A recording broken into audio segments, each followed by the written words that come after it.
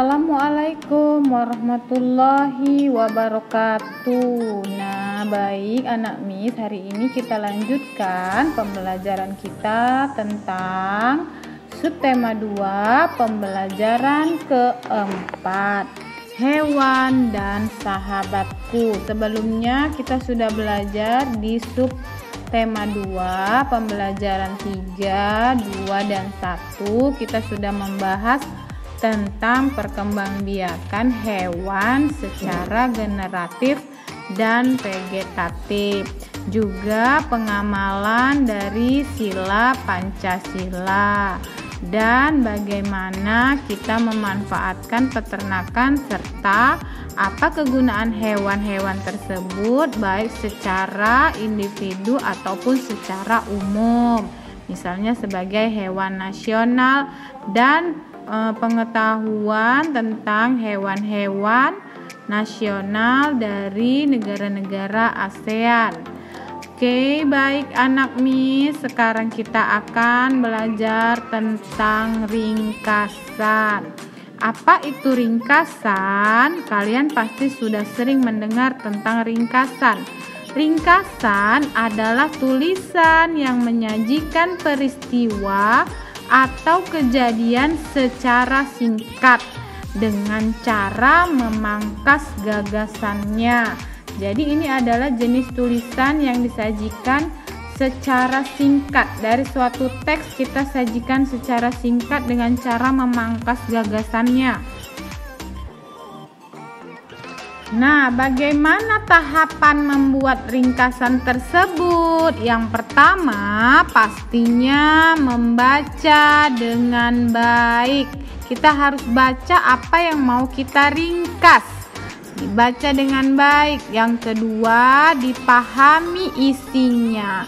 Kalau sudah dibaca lalu dipahami isinya, maka yang ketiga akan mudah untuk menemukan ide-ide pokok dari suatu tulisan ataupun laporan yang mau kita ringkas.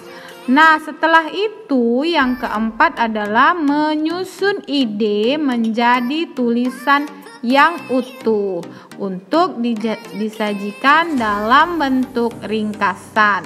Jadi ada 4 tahapannya. Yang pertama, membaca dengan baik. Yang kedua, memahami isinya. Yang ketiga, menentukan ide-ide pokok. Dan yang keempat, menyusun ide menjadi tulisan utuh.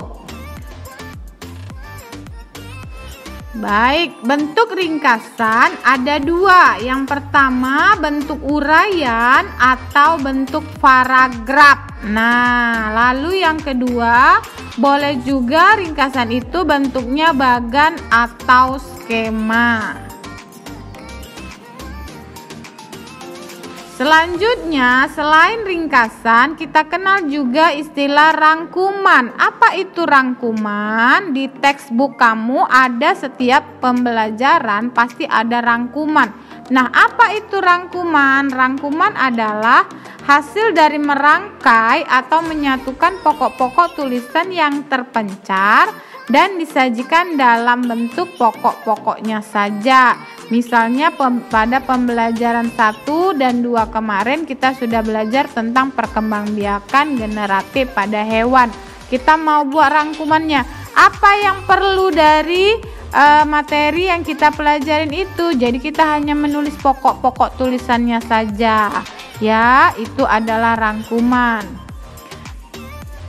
Selanjutnya adalah ikhtisar. Apa itu ikhtisar? Ikhtisar adalah kebalikan dari ringkasan. Kalau tadi ringkasan disusun dengan beberapa tahapan, kalau ikhtisar malah kebalikannya, tidak sistematik, tidak harus berurutan. Tujuannya hanya untuk mengambil inti dari bacaan itu saja. Ya, jadi apa intinya dari bacaan itu? Sama seperti kita mencari suatu kesimpulan. Apa kesimpulan dari bacaan itu? Itulah dia ikhtisar. Baik, nah dalam menentukan ringkasan, rangkuman, dan ikhtisar kita tidak boleh meninggalkan tetap berpedoman pada sila Pancasila. Kali ini kita akan membahas tentang pertemuan kita di sini tentang pengamalan sila kelima, yaitu keadilan sosial bagi seluruh rakyat Indonesia, dilambangkan oleh padi dan kapas, yang mengartikan bahwa ini adalah melambangkan kesejahteraan. Nah, bagaimana sikap yang sesuai dengan pengamalan sila kelima ini? Yaitu salah satunya berbuat baik dan saling membantu, gotong royong, keseimbangan antara hak dan kewajiban, menghormati hak-hak orang lain, suka memberi pertolongan kepada orang lain, tidak melakukan perbuatan yang merugikan kepentingan umum, dan memberikan hukuman kepada para pelanggar hukum meskipun dia seorang pejabat. Jadi semua orang itu memiliki kedudukan yang sama di dalam hukum. Itulah dia pengamalan sila kelima. Nah, baik anak Miss rasa itu saja materi kita. Semoga kedepannya kita bisa belajar lagi dan tetap semangat menjaga kesehatan untuk kebaikan bersama. Assalamualaikum warahmatullahi wabarakatuh.